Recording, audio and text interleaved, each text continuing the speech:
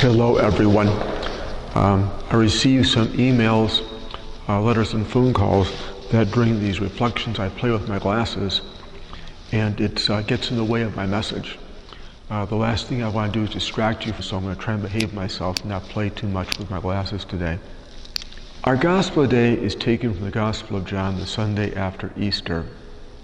There are three main characters here: Jesus, the resurrected Jesus, the disciples, and Thomas. On Good Friday, we're told the disciples scattered. And I can't help but think they must have been baffled by what's happening. This man they treasured, this man they admired, who gave them faith and hope, was now gone. And I can't help but think for some of them, their faith died a little bit when Jesus died. Now the disciples get messages: the tomb is empty, and some have seen Jesus. In today's gospel story, Jesus appears to the disciples who are locked in a room. We're told they're overjoyed to see the Lord. Who wouldn't be? And now their faith is rekindled.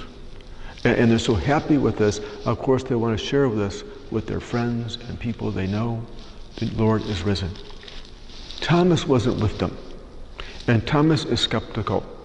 Thomas is from Missouri, the show me state. Thomas is a real piece of work. He remains skeptical until he encounters the resurrected Jesus, and Jesus says to him, so to speak, "You want proof? See the nail marks. Put your hand in my side." And Thomas' response is, "My Lord and my God." Thomas goes from the doubting Thomas to a faith-filled Thomas. And Jesus sums up this little passage by saying, "Blessed are those who come to believe who have not seen." This gospel story is important for us. The story is a hinge between those who knew Jesus personally, who encountered him, and those who will get their faith from someone else. The vast majority of us received our faith as children. We're cradle Catholics. We received our faith or caught our faith from moms and dads, grandparents, aunts, uncles, cousins. Maybe it was the parish family or the school family. But you caught your faith from this. This is who we are. This is what we're all about. And some of you I know were not cradle Catholics. You told me your story. You came to the Catholic Church through a future spouse or a current spouse. You came because a treasured friend brought you here. Now this is who you are and what you're all about. You know, here at the parish, there's a number of our families who I knew the mom or dad or both when they were 15, 16, 17 years old over at Bishop Gorman High School. I had them in class. And I didn't see them just at class, but I also saw them at church.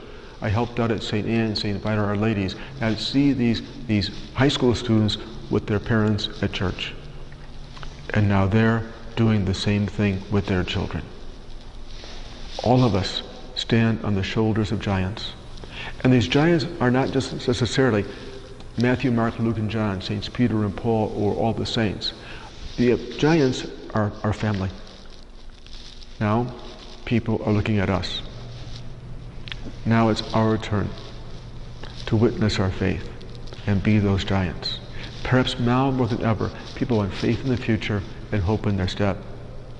My friends, you just never know when you'll be the answer to someone else's prayer. Today, when we are talking about the disciples and Jesus, I thought this would be a good background. It's the only picture or statues of the disciples we have here in the church. I was told Father Langenfeld bought this. I think eventually it was supposed to be an altar piece, in front of an altar. That's my best guess. This is the only flat wall we had in the church that would hold this, so this is why we put it here. And you can't go wrong praying to Jesus on the apostles. As always, all of you are in the prayers of the Viatorians. Our parish staff keeps you in prayer as well. God bless all of you.